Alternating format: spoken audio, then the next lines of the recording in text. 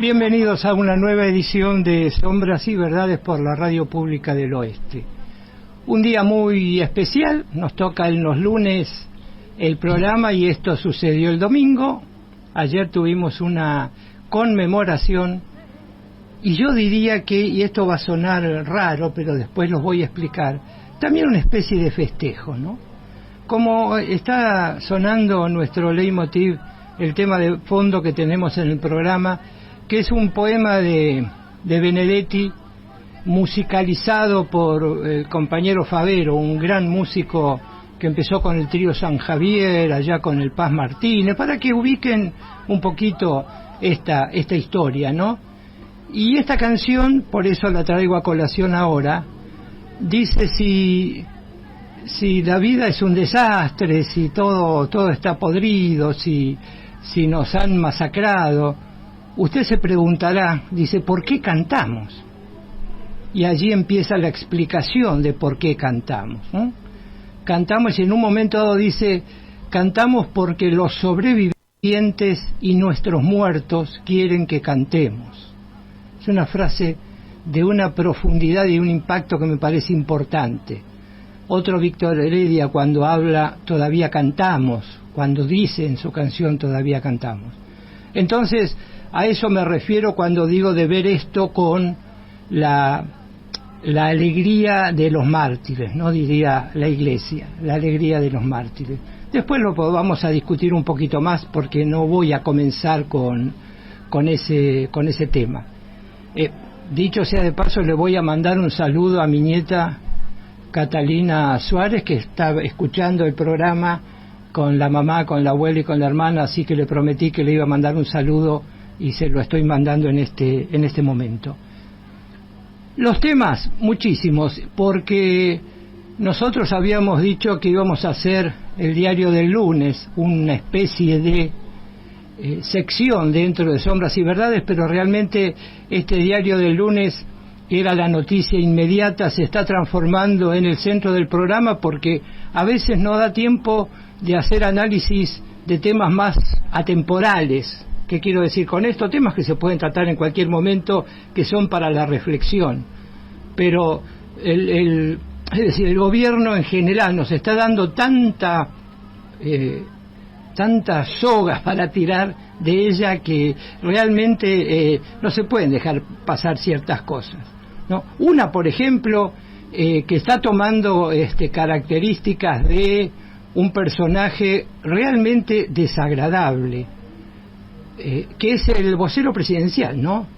Adorni está teniendo ciertas actitudes que me parecen ya que exceden la vocería presidencial y se están transformando en una especie de difamador, en una especie de provocador profesional, porque prácticamente uno lo ve y pareciera que festeja cuando dice que se despidieron 50.000 empleados públicos. Parece que festeja cuando se habla de ciertos y determinados temas que hacen a este terrible ajuste que está haciendo el gobierno. Pero además tiene la particularidad de meter la pata, pero de meter la pata de una manera significativa. La última metida de pata, creo que no es la última, pero la que más me llamó la atención fue la de los camiones que llegaron de China.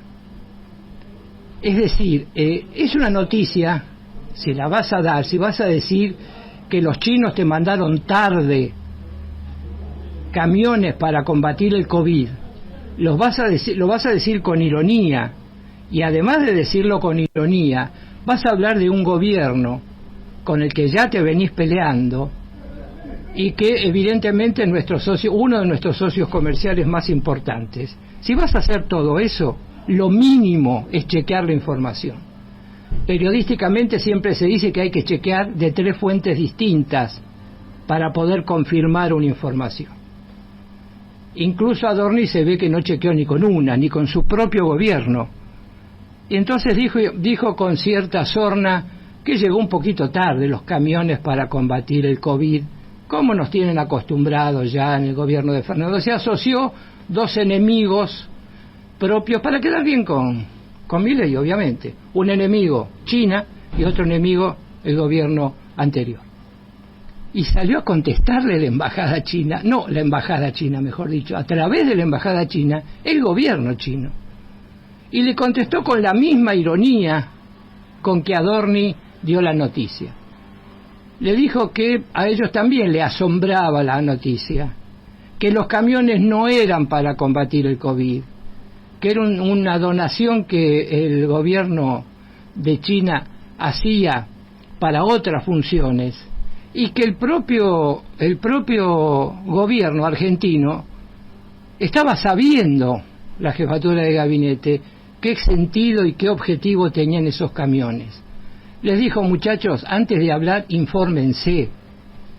Y no lo dijo La Nación Más, que podría ser un canal de expresión no oficial, pero oficialista, del gobierno. Cuando vos querés hacer algo que no te animás a hacer por el canal oficial porque es muy fuerte, se usan generalmente en política, esto ha pasado siempre, canales alternativos que permiten que uno diga algo sin decirlo, sin decirlo directamente, con la posibilidad de decir: no, eso que se dijo no era así, no lo dijimos nosotros. Pero Adorni se mandó esta, y se la mandó de una manera muy, muy especial. Otra, el aumento a los jubilados.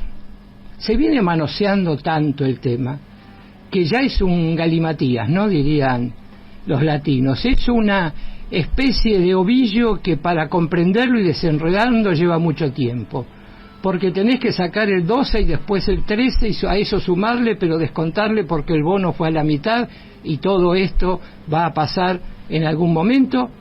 Y después de hacer todo eso, cuando el jubilado está hoy esperando a ver cuándo le van a aumentar y cuánto va a cobrar, dicen que eso va a ser a partir de julio, porque ahí recién se va a aplicar este ajuste por el IPC, por el índice de precios al consumidor, lo que comúnmente llamamos la inflación o el índice de inflación. Y le comen a los jubilados un montón de ingresos. Yo no voy a entrar en el análisis que hicieron porque realmente no se va a entender. No es radial ese análisis, ni siquiera televisivo, es casi psiquiátrico. Pero básicamente, del aumento que hubo en enero y febrero y marzo, estos tres grandes aumentos solamente se van a compensar con un 12%. El resto quedará para otra vida. El bono, que era primero, en un decreto de la mañana decía que el bono se reducía a la mitad, de 70 a 35. Y en un decreto de la tarde se dice: no, perdón, nos equivocamos a la mañana, los 70 van a ir igual. Este es el gobierno que tenemos, esta improvisación, esta capacidad para contradecirse, es realmente llamativa, es realmente llamativa. Y a eso se agrega la pelea casi doméstica entre la vicepresidenta y el ejecutivo, o sea, el presidente. Si bien la vicepresidente forma parte del ejecutivo, en general, en todos los gobiernos, no ha sido un cargo que participara de la toma de decisiones. Esto es bueno analizarlo brevemente. ¿Es un cargo importante? Sí, es un cargo importante, porque preside el Senado, aunque no tiene voto, ni voz ni voto, interviene para organizar la sesión, pero no puede opinar ni proponer nada, porque no forma parte del poder legislativo, forma parte del poder ejecutivo. Este es un dato también que no hay que perder de vista. En esta línea, entonces, los vicepresidentes han sido en general personalidades que han tenido algún destaque, pero que básicamente han pasado, salvo conflictos, sin pena ni gloria, ¿no? Y conflictos ha habido, de la Rúa con Chacho Álvarez, Alberto con Cristina, Cristina con Cobos. O sea, los vicepresidentes en general no han tenido buena relación muchas veces, y muchas veces han pasado sin pena ni gloria, esto no dicho despectivamente, porque han cumplido su función. El vicepresidente de Alfonsín Martínez, que por ahí uno pregunta, si salimos a la calle y decimos quién fue el vicepresidente de algún presidente importante, muchos no se van a acordar, ¿Por qué? Porque cumplieron su función, ser una figura de respaldo ante la eventual acefalía del Poder Ejecutivo. Esto es, ante la eventual o renuncia, o muerte, o enfermedad del presidente de la República. Sin embargo, Victoria Villarruel evidentemente tiene un peso propio que excede su función de vicepresidenta. Y esto está viéndose en estos momentos desde dos lugares, ¿no? Desde un lugar del Ejecutivo que la había, por ejemplo, excluido de las reuniones de gabinete. Se reunió el gabinete y la vicepresidenta no era invitada. Y había ido alguna vez, después dejó de ir, dejaron de invitarla. Y después los reportajes que ella misma gestiona y que le permiten agregar alguna cuota de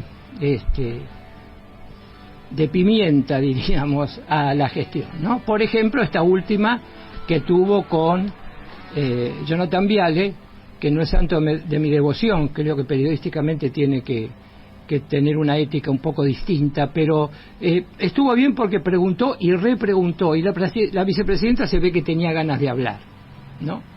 Entonces, más allá de datos sueltos, pero se enteró de muchas cosas, según ella, por los medios. Cuando le hablan de la relación con la secretaria general de la presidencia, Karina Milei, dice que son dos personas, ella y Karina, de carácter fuerte, pero que las dos buscan el bien de Javier, dice ella, pero en distintos aspectos de la vida.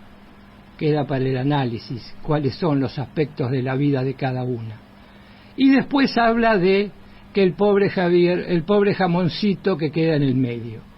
Y llamar al presidente pobre jamoncito es un poquitín despectivo, ¿no? Es un poco una familiaridad que ya excede las atribuciones de la vicepresidenta. Pero bueno, esto hace a este contexto del que estamos hablando. Y por supuesto que la vicepresidenta habló de que no estaba de acuerdo con un montón de cuestiones que hacen al gobierno en sí, al Ejecutivo. Habló de que no estaba de acuerdo que los militares intervinieran en cuestiones que tienen que ver con el poder civil, que no estaba de acuerdo con que se haya suspendido el aumento a los legisladores, con un argumento que en otro contexto económico hubiera sido aceptable, es decir, un legislador debe ganar un sueldo digno porque cumple una función importante, y si no fuera así, con el tiempo llegarían solamente aquellos que pudieran trabajar por un sueldo que no les alcanzara y de algún modo tener sponsor o ser poderoso por sí mismo, y la gente más humilde no podría llegar al Congreso de la Nación. El argumento es válido en otro contexto. Ahora, en este contexto de ajuste brutal, todos se tienen que ajustar, nos tenemos que ajustar, los legisladores también. Así que en ese marco el comentario podría haber sido tomado desde otro lugar. Pero llamó la atención, a mí por lo menos me llamó la atención esto de decir que los militares no intervinieran en cuestiones civiles, y por otra parte reivindicar la dictadura del golpe del 76, ¿no? O sea, da la impresión que ahí se contradice un poco, porque no puede reivindicar aquello que fue una intervención brutal, criminal, de las Fuerzas Armadas sobre la sociedad civil.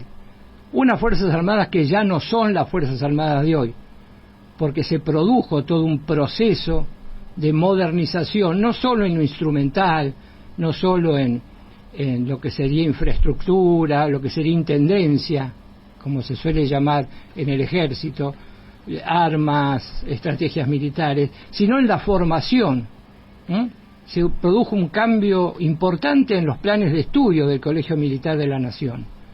Entonces, en esos planes de estudio se empezó a dar otra visión, no solo de la historia argentina, sino de la función de las Fuerzas Armadas dentro de la estructura del país.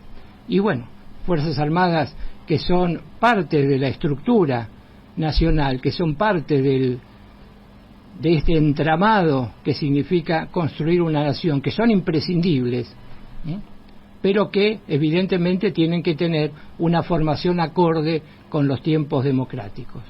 Y en este sentido, todo lo que se hizo ayer, y vamos a empezar a hablar de eso después de este primer corte, lo que de alguna manera esto tiene que ver con el cuestionar la democracia, decir que todos estos problemas son de la democracia, cuando en realidad la democracia no gobierna, se gobierna en democracia, pero la democracia no es la culpable de los malos gobiernos. Los malos gobiernos son responsabilidad de los gobernantes, no de la democracia. Y esto es importante que lo tengamos claro, porque si no se van a empezar a oír esas frases tan terribles de que con los militares estábamos mejor, con los militares había más seguridad. Estos argumentos que le achacan a la democracia la causa de los males. Incluso el presidente Milei, en un programa por Canal 13, le preguntan directamente: ¿usted cree en la democracia? Y él empieza a dar vueltas y la periodista le dice: pero es simple, ¿sí o no? ¿Usted cree en la democracia? Y él le contesta con una pregunta, y la periodista dice: perdón, la que pregunta acá soy yo. Canal 13, ¿usted cree en la democracia? Y no terminó diciendo sí creo en la democracia, terminó dando vueltas y argumentando cosas que de alguna manera hacían hincapié en esto que yo digo. El problema es la democracia, y eso es un error. El problema son los gobiernos en democracia, pero no la democracia. Vamos a una pausa y continuamos con más Sombras y Verdades.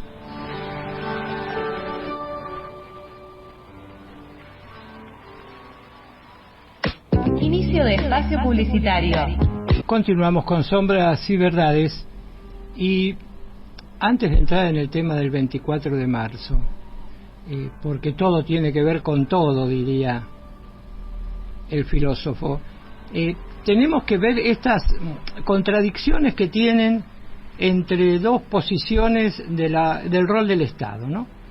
Por ejemplo, el tema del dengue. El rol del Estado en el tema del dengue y el rol del Estado en el tema del COVID. Y si nos ponemos en dos columnas, vamos a ver, por un lado, tal vez un cuidado o una serie de medidas para algunos exageradas, como fue el aislamiento inicial. Yo no creo que haya sido exagerada, creo que era ante algo que nadie sabía cómo actuar, porque no había sucedido nunca una pandemia de estas características. Eso por un lado. Ahora, en este momento es el desapego total del Estado ante el problema. No hay reactivos, eso no lo digo yo, lo pueden escuchar en cualquier medio. El impresentable del vocero presidencial que dice que la vacuna no ha demostrado su eficiencia, como si él pudiera dar esa opinión, no está fundamentada en ningún estudio científico. Incluso un hombre del riñón, de salud, del macrismo y del PRO en su momento, como es Quirós, Fernán Quirós, el doctor Quirós, que en este momento está hablando de la necesidad de tomar medidas respecto del dengue. Y una medida era incorporar la vacuna a el régimen de vacunación obligatorio, ¿no? A esa lista de vacunas que son obligatorias en el país, porque la vacunación, y en esto lo hablamos en el programa anterior y lo vuelvo a citar el tema, no es una cuestión, no es un gasto, es una inversión, pero básicamente es un ahorro. El ahorro de las campañas de vacunación es innegable y es demostrable en términos económicos. Es demostrable desde qué lugar. Desde el lugar en el que se dice, bueno, vacunar a toda la población en riesgo, ¿cuánto nos sale? ¿Cuánto cuesta en términos económicos? Dejemos de lado términos éticos, términos de fallecimientos, por un minuto dejemos de lado eso. Tomemos los términos exclusivamente económicos. Y después cotejarlo con cuánto nos sale o cuánto nos saldría atender en los hospitales públicos a la gente que se enfermase por no estar vacunada. Esta es una ecuación económica muy simple que deja de lado cualquier consideración ética, política, partidaria. Es una cuestión, casi les diría, matemática. Y van a ver que sale más allá de el terrible costo en vidas que pueda tener la no vacunación, sale más barato vacunar que no vacunar. Pero esta idea de que el Estado no tiene que gastar un peso, que el Estado tiene que estar ausente, lo lleva a este tipo de decisiones, ¿no? A la inacción del gobierno frente a casi más de 150.000 casos, un brote histórico de dengue. Sin embargo, incluso el vocero presidencial, que está tomando un protagonismo que creo que le va a salir caro con el tiempo, porque esta capacidad de ironía se paga socialmente, pero más allá de eso, esto de decir, bueno, pero la vacuna tiene un tiempo de acción de 2 o 3 meses, y en 3 meses ya no va a haber mosquitos. Sí, hermano, pero tenemos que empezar a prepararnos para el año que viene, porque si seguimos esperando los 3 meses vas a decir, no, y ya con 3 meses no llegamos al verano. Entonces, estas explicaciones, agregada a que la vacuna no ha demostrado su eficacia, que ya, bueno, esa ya sería una cuestión a tratar por los especialistas, pero los especialistas la han aprobado en muchos países del mundo, ergo se supone que alguna eficacia tiene que tener. Pasó lo mismo con el COVID, ¿no es cierto? Y fíjense, datito al margen, anotación al margen, como hacía Napoleón con el Príncipe de Maquiavelo, ¿no? Hay una edición del Príncipe donde Napoleón hacía notas al margen. Bueno, una nota al margen, cómo se comportan los gobiernos liberales a los que la canciller Mondino critica, diciendo, con China no vamos a tener negocios porque no es bueno comerciar con países que no tengan gobiernos liberales. Ahora la pregunta es, ante el COVID, ¿quién nos ayudó? ¿Los gobiernos liberales? ¿Quiénes nos proveyeron las primeras vacunas? Rusia y China. ¿Y qué hicieron los laboratorios norteamericanos, los laboratorios europeos? Reservaron para sus poblaciones esas vacunas y fueron incapaces de ayudar a los países más necesitados en términos de brotes pandémicos, pero también en términos económicos. Entonces esto no hay que perderlo de vista. Incluso las reacciones que hubo, casi diría yo cómicas, si no hubieran sido tan trágicas, de decir que las vacunas rusas iban a introducir un chip en las personas, poco menos que para hacerlas comunistas. Primero, es una barbaridad científica, ¿no? Eso es imposible. Y además es una barbaridad histórica. El comunismo ya no existe en esa estructura que creen estas personas, que está esta idea conspiranoide que el comunismo está atrapado. Y estos errores históricos del presidente, de economía sabrá mucho, de historia es bastante bruto, esto de creer que, de confundir mejor socialismo con comunismo, con socialdemocracia, con democracia cristiana, hace una ensalada impresionante que indican falta de conocimiento, falta de lectura, ignorancia, dice llanamente. Entonces, en esos términos es donde tenemos que empezar a lidiar en un contexto internacional, que es en realidad el contexto de la verdadera política. El general Perón decía que la verdadera política es la política internacional, porque es la política que marca el lugar en el mundo que tienen las naciones, y este lugar en el mundo es el que le va a permitir desarrollarse más o menos. Los nacionalismos cerrados ya no forman parte de la política internacional de este nuevo milenio, aunque ya empezó antes. Después de la Segunda Guerra Mundial, el reparto del mundo que hicieron los países ganadores de la guerra, hicieron que se pudiera manejar cierta cuestión. Después, con la caída ya del muro de Berlín, se creyó que iba a haber solamente una potencia, que iba a ser Estados Unidos, y se demostró que estas cosas no son tan así, y que los pueblos, como decía alguien, no se suicidan, ¿no? Y en esta línea, para terminar con esta primera parte de la reflexión, me llamó la atención una reflexión que hizo Ricardo Alfonsín, el hijo de Raúl Alfonsín, hablando de la situación actual, hablando de la política, estuvo en la plaza, participando de la movilización del 24 de marzo, y empezó a hablar de las cosas que había dicho el candidato Milei en su campaña, y tiró una frase que me pareció interesante para la reflexión de la oposición. Dijo: cuánto odio, cuánta bronca le tendrá la gente a la política que terminó votando a Milei. Cuánta bronca habrá generado la política en la gente que terminó votando a Milei. Es una enorme reflexión para la oposición, de cualquier color político, para el radicalismo, para el peronismo, para el propio PRO, o iba a decir Juntos por el Cambio, pero ya no existen más.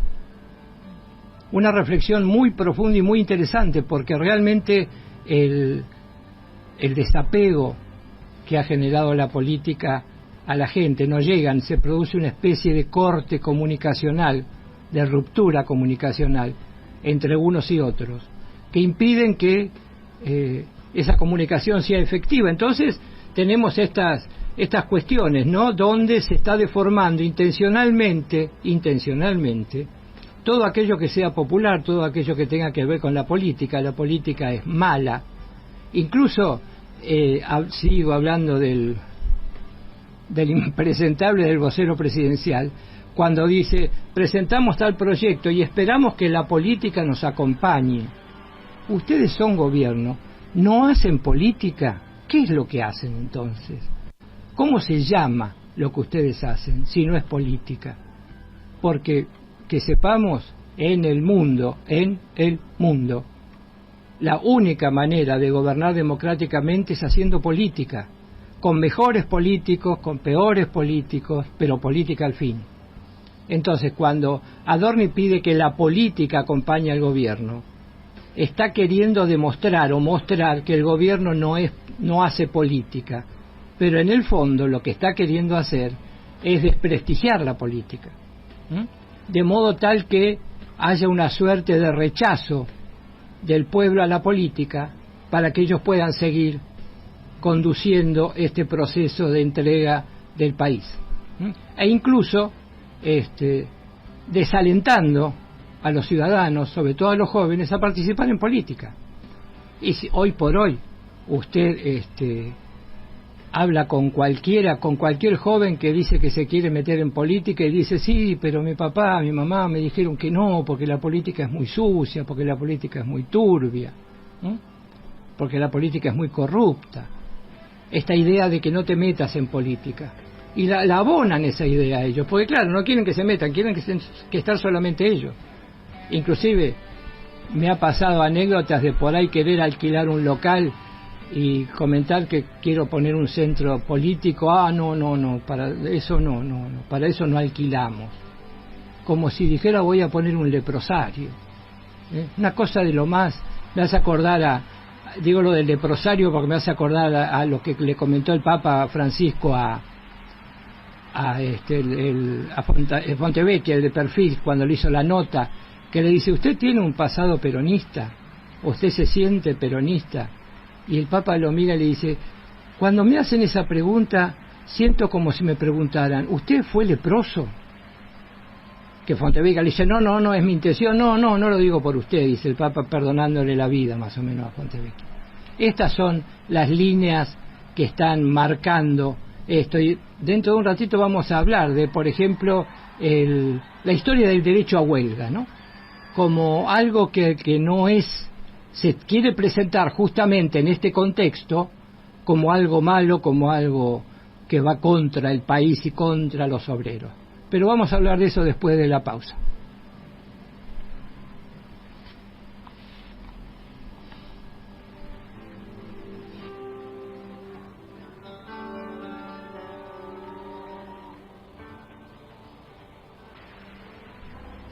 Continuamos con Sombras y Verdades. Les decía antes del corte que dentro de esta descalificación de los derechos humanos, esta descalificación de todo aquello que implique reconocimiento de derechos e implique la necesidad de que el Estado los reconozca, está el derecho de huelga. El derecho de huelga que evidentemente está cuestionado por el gobierno, está cuestionado en el sentido de, y ha sido cuestionado por todos los gobiernos liberales, por todos los gobiernos de derecha, en el sentido de que es, bueno, algo que no está bien, algo que no corresponde hacer, algo que perjudica al país, y en muchos casos algo como que es muy propio de nuestros gremios, y es muy propio de los gremios peronistas. Básicamente esa es la idea que tienen los que lo descalifican, ¿no? Incluso habrán escuchado hablar que dicen no, acá habría que hacer huelga como en Japón, que trabajan un día más para hacer huelga. Y claro, uno escucha eso y dice, estos japoneses, ¿qué es lo que hacen? ¿Cómo que esa es la forma beneficiosa de hacer huelga? No voy a entrar en el análisis, se los digo rapidito. Los japoneses tienen una estructura tan rígida de producción que la sobreproducción perjudica enormemente a las empresas. Por eso trabajan más, para sobreproducir y generarles un problema, no porque sean buenos. Han encontrado una manera distinta de hacer sentir sus voces. Pero el derecho de huelga, vamos a hacer nos tomamos el trabajo de buscar algún material para hacer una pequeña historia. Y la primera huelga que se tenga registrada, ustedes dirán, ¿cuándo fue? La Revolución Francesa, el siglo XIX. No, la primera huelga es del año 1152 antes de Cristo. ¿Y quiénes la hicieron? Los obreros que estaban haciendo la tumba de Ramsés III. ¿Por qué? Porque les debían grano, les pagaban con grano, con trigo, y les debían el grano. Entonces, como le debían el grano y no se lo pagaban, y le decían que le iban a llevar y no le llevaban, un día dijeron, no trabajamos hasta que no nos paguen. Esta fue la primera huelga de la que se tenga registro, 1152 antes de Cristo. O sea, no es algo que inventó Moyano o que inventó el peronismo. Si seguimos avanzando, porque el derecho de huelga es algo que costó mucho esfuerzo, mucha sangre para lograr que se apruebe. La declaración incluso en 1789 de los derechos humanos, la Revolución Francesa comienza a hablar de derechos humanos. Y el derecho de huelga empieza como a aparecer, pero no todavía como algo a ser tenido en cuenta, a ser colocado como instrumento legal. Y en 1864, unos años después que Marx y Engels hablaran en el manifiesto comunista de la huelga, que también ahí tuvo prensa en contra, ¿no? Porque como era comunista estaba mal. Entonces, recién ahí el Reino Unido de la Gran Bretaña reconoce el derecho de huelga, 16 años después de que saliera el manifiesto comunista hablando del derecho de huelga. Pero lo reconoce Inglaterra, que si quieren algo más liberal, algo más antiderecho, sobre todo hacia afuera, es Inglaterra. Sin embargo, ahí se han producido las grandes masacres de obreros, que han dado lugar a muchas conmemoraciones de los mártires obreros en todo el mundo. Bueno, lo reconoce en 1864. Y después, en América, el primer reconocimiento es en 1917 en la Constitución mexicana. México siempre ha sido un defensor de los derechos humanos, ha sido uno de los primeros estados laicos, e inclusive ha sido el gran defensor de la democracia en América, y ha sido el gran receptor de exiliados de todos los países que sufrieron dictaduras. Después, a nivel internacional, las Naciones Unidas en 1966 aprueba un pacto internacional sobre derechos económicos, sociales y culturales, que hace global, entre otros derechos, al derecho de huelga. Entonces, como verán, es algo que, si bien no costó mucho tiempo que fuera incorporado, se incorporó globalmente. Las Naciones Unidas hablan de esto y tienen la OIT, la Organización Internacional del Trabajo, con sede en Ginebra. Entonces, de alguna manera, esto indica que el derecho de huelga no es algo inventado para jorobar a los industriales o a los empresarios. Es algo creado como un derecho para defender a los trabajadores, para defender al trabajo de una eventual presión o dictadura o tiranía del capital. Cuando en realidad lo que hay que buscar es algo nunca dicho hasta el cansancio, pero sin embargo muy pocas veces logrado, que es esta armonía entre el capital y el trabajo, esta armonía entre la empresa y el trabajador, entre el empresario y el trabajador. Y los trabajadores, ¿por qué se agremian? Y por una cuestión práctica. ¿Cuál es la cuestión práctica? No se puede ir de a uno a pedir alguna cosa, alguna mejora, algún aumento. No se puede ir por muchas razones. La primera, porque se pierde fuerza. No es lo mismo no darle bolilla a uno en la empresa que no darle bolilla a todos los empleados de la empresa. Segundo, porque concilia. Se ponen de acuerdo para ver cómo pueden llevar ese pedido, ese reclamo adelante, para que no sea algo irracional, o que sea poco, que sea mucho. Y otro elemento es que evidentemente las relaciones no pueden ser punto a punto, como cree, por ejemplo, la inefable ministra de Capital Humano, Petovelo, que dijo: tienen hambre, vengan de a uno. Yo no puedo creer sinceramente que alguien que ocupa un superministerio de las dimensiones que le han dado a este Ministerio de Capital Humano en el gobierno del presidente Milei, que una ministra diga: los que tengan hambre vengan de a uno y los voy a atender y les voy a tomar los datos. De a uno, ministra, de a uno. Con que cada uno le lleve 5 minutos no le va a alcanzar la vida para recibirlos a todos. Entonces, cuando se agrupan, hasta es para facilitar las relaciones entre el pueblo y el gobierno, lo que se llamó las organizaciones libres del pueblo, que es lo que diferencia centralmente al peronismo del fascismo, cuando algunos le quieren poner la etiqueta de fascista. ¿Por qué lo diferencia? Porque evidentemente el fascismo de Mussolini, por ejemplo, quería que los gremios estuvieran incorporados al Estado, que fueran parte del Estado, y el peronismo habla de organizaciones libres del pueblo, es decir, organizaciones que no dependan del Estado, que se organicen libremente, que el pueblo las organice libremente. Y ahí aparecen los gremios, aparecen los clubes, aparecen un montón de instituciones que regulan, que ayudan, que organizan la relación entre los individuos, el pueblo y los gobiernos o el Estado.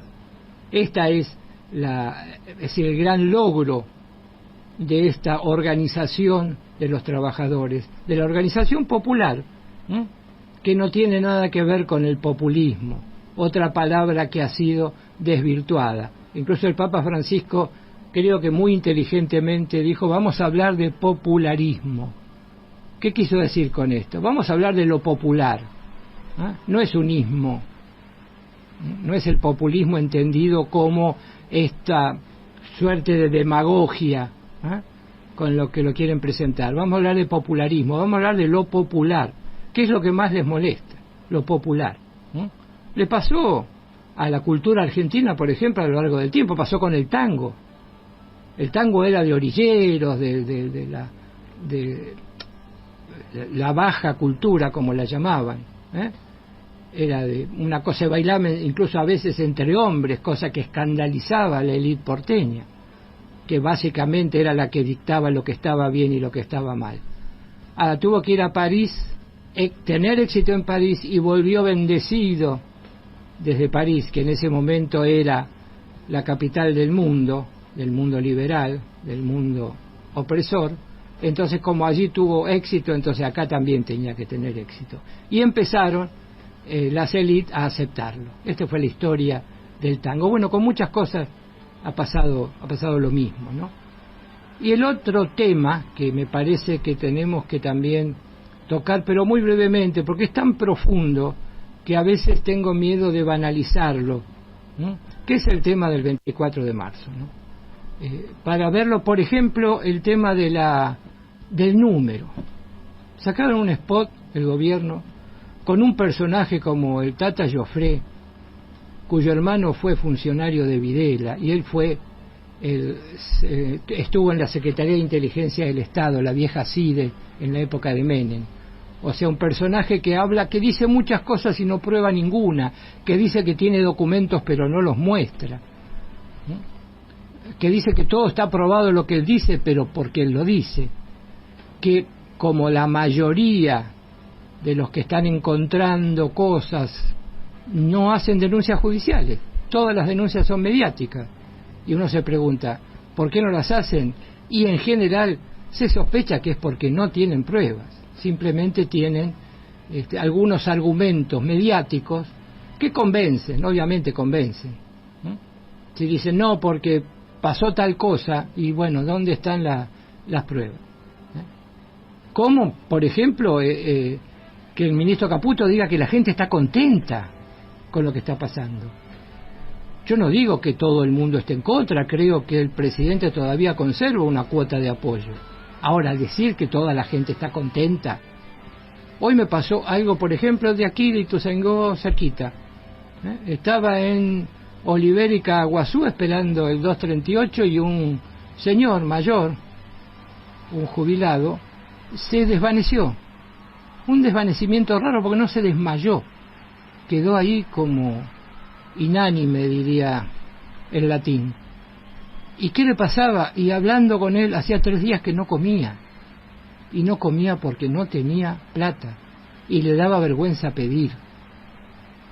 Entonces, ante ese tipo de cosas, ante ese tipo de cuestiones, ¿no?, es cuando esto de hacer las cosas de a uno no funciona, ¿no? Y por eso entramos en discusiones que banalizan lo que estamos hablando. Del mismo modo que Petovelo dice, vengan de a uno y los voy a atender, como queriendo con eso resolver el problema.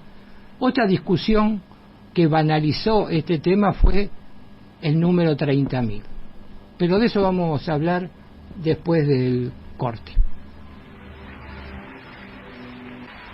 Continuamos con Sombras y Verdades, nuestro último bloque del programa de hoy. Y les decía la discusión sobre el número 30.000. Discutir sobre el número es como discutir, por eso digo que no lo quiero banalizar, pero es como discutir con el calibre de las balas que se usaron. Me parece que es distraer el núcleo de la discusión, plantear si fueron o no fueron 30.000. Ahora no se plantea si fueron 6 millones de judíos o no fueron. ¿Por qué? Y porque evidentemente son números simbólicos, pero que también tienen un asidero en la realidad. Porque justamente el segundo tema que tiene que ver con esto es el concepto de desaparecido. Incluso hay un reportaje del dictador Videla en el que le preguntan sobre el destino de los desaparecidos, y él hace una reflexión que es macabra, que realmente no, si tengo que calificarla diría palabras que no son para la radio. Pero básicamente dice, no están ni vivos ni muertos, no están desaparecidos. Y entonces se incorpora un concepto muy interesante. ¿Por qué interesante para el análisis? Porque lo que pretenden es minimizar, es decir, quitarles el valor de personas a los desaparecidos, quitarles el valor de ciudadanos, de seres humanos, de hermanos, de padres, porque no están ni vivos ni muertos, no están en una especie de limbo, y por eso todavía esperamos, dice Víctor Heredia. Pero ¿qué quiere decir Heredia con eso? Creo yo, por lo que pude conversar con él, que de lo que habla es de esta especie de crueldad de no permitir el duelo. Y la palabra duelo viene de la palabra dolor, ¿no? Es decir, no permitir cancelar el dolor con algunos símbolos, como por ejemplo la aparición de los cuerpos. Entonces, cuando se habla de desaparecidos, el concepto mismo es un concepto que tiene una dimensión ética, filosófica, sociológica muy importante. Por eso, cuando se habla de que esto fue una guerra, cuando el presidente dice que hubo una guerra y repite los argumentos, por ejemplo, de Masela, que también decía que esto fue una guerra, y si hubo excesos fueron muy puntuales. Ahora uno se pregunta, ¿el objetivo de la guerra era hacer desaparecer personas? ¿Era robar bebés? ¿Era quedarse con las propiedades de los desaparecidos? ¿Era no juzgar? ¿Era matar por las dudas? Y estas son preguntas que uno tiene que hacerse, porque si nos quedamos con la discusión del número, nos quedamos con una discusión inconducente, no nos lleva a ningún lado. Entonces, en esta línea nos parece importante volver al tema de quiénes fueron los desaparecidos, algunos de ellos, ¿no? Porque también aparece la teoría de los dos demonios, ¿no? Como que hay que reivindicar de un lado y del otro, dicen, cuando en realidad el Estado no puede usar las mismas herramientas que usa el pueblo defendiéndose. Que hubo errores, yo no creo que nadie discuta que hubo errores, pero que el Estado tiene una responsabilidad por ser Estado, por tener la prioridad del uso, la autorización del uso de la fuerza pública, esto es innegable, esto es indiscutible. El Estado no puede decir que porque empezaron, siguen. Ellos siguieron lo que otros empezaron como si esto fuera una cuestión casi adolescente. De la adolescencia del presidente, que cuando le dicen por qué habla mal de Lali, y él dice, ella habló primero mal de mí, así que si ella habló mal de mí, ¿por qué yo no puedo hablar mal de ella? Es el mismo esquema de argumento, ¿eh? Mucho más infantil, mucho menos elaborado el del presidente, pero el de la represión de la dictadura fue el mismo. Si hay violencia de un lado, entonces el Estado tiene derecho a usar una violencia indiscriminada. Incluso hay argumentos filosóficos a lo largo del tiempo, de autores como por ejemplo Santo Tomás de Aquino, que puede ser tildado de cualquier cosa menos de un pensador de izquierda, que decía que había legitimidad en el uso de la fuerza, incluso de la fuerza letal, cuando el pueblo se estaba defendiendo de un tirano o de un dictador. Pero no hacía la recíproca. El tirano o el dictador tenía la obligación de actuar conforme a la ley. Entonces, cuando recordamos a distintas personas que hemos tenido cerca, porque mi generación ha sufrido mucho esto de las pérdidas, y aquí en nuestra zona, las dos monjas francesas, Léonie Duquet y Alice Domont, yo tuve el honor de conocerla y de trabajar con Léonie, y sin embargo uno la recuerda menudita, muy simpática, muy ocupada con los pobres, muy ocupada con, por ejemplo, los chicos con síndrome de Down, que circunstancialmente el presidente humilló en un retweet. Esa persona tan dedicada a los pobres, qué mal podía ser. Y no fue apresada y juzgada, fue entregada por una persona que no voy a calificar, que tampoco voy a nombrar siquiera porque no lo merece, y además fue arrojada, drogada, dormida al Río de la Plata. ¿Merecía ese fin de Léonie? No merecía ese fin de Léonie, no lo merecía nadie. Sin embargo, esas son las discusiones de fondo que tendríamos que tener. ¿Para qué? Para que esto no suceda nunca más. El nunca más es una frase del fiscal Estracera que me parece que sintetiza el objetivo de todo este esfuerzo, de todo este análisis, de toda esta forma de encarar la dictadura. Nunca más, que esto no suceda nunca más. Es imposible aceptar el negacionismo que está teniendo el Ejecutivo nacional en este momento. No se puede aceptar bajo ningún punto de vista que se minimice y se niegue lo que significó la dictadura, lo que significó la apropiación de bebés, lo que significó las masacres.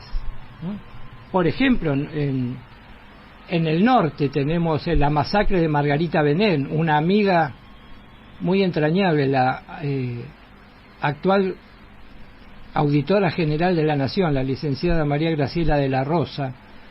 Su pareja fue asesinada en la masacre de Margarita Belén. ¿Qué les dijeron? Que estaban liberados, y cuando empezaron a caminar los ametrallaron por la espalda y los dejaron tirados en la ruta. Y esto no es, me parece que, esto es lo que está documentado. Entonces, ella tuvo su primer hijo en la cárcel de Devoto. Entonces son cuestiones que tienen que ver con una forma de reprimir que no tiene la más mínima justificación. Entonces la teoría de los dos demonios es inaceptable la cuestión de que esto sucedió porque la democracia tiene estos defectos. No es la democracia, insisto, se gobierna en democracia, la democracia no gobierna. Y en esta línea también la represión a las formas de pensar, la represión a la cultura, la represión a los movimientos sociales, la represión indiscriminada a unos chicos que pedían el boleto escolar, y fueron asesinados y desaparecidos por reclamar un boleto escolar. ¿Y alguien me puede decir que eso es justificable? ¿Alguien me puede decir que las masacres de tantos lugares son justificables? Que desaparecer personas, juzgarlas. Para eso está la justicia. Apresarlas, juzgarlas, y si son culpables, condenarlas. Y que la condena sea efectiva. Pero de ahí a tomar la justicia por mano propia y usar este concepto de desaparecido, con esa crueldad de no saber qué sucedió con ellos, de seguir hoy, en muchos casos, con una herida abierta porque justamente no se pudo hacer el duelo, es algo intolerable, es algo que no puede justificarse. Por eso, a pesar de todo, usted preguntará por qué cantamos, diría Benedetti, y cantamos por eso, porque los sobrevivientes y porque nuestros muertos quieren que cantemos. De este modo vamos a terminar el programa de hoy, teniendo un profundo reconocimiento y un profundo recuerdo por aquellos que fueron injustamente sacados de su casa, de su tierra, de su vida, por aquellos que ya no están y por los que quedaron con esa llaga abierta que creo que va a costar mucho que puedan cerrar. Nos vemos, si Dios quiere, en 2 semanas, porque la próxima semana, el lunes, es feriado y no vamos a estar al aire, así que tengan unas muy felices Pascuas y bueno, nos estamos viendo en una próxima edición cuando escuchen la canción de Benedetti que dice: usted preguntará por qué cantamos.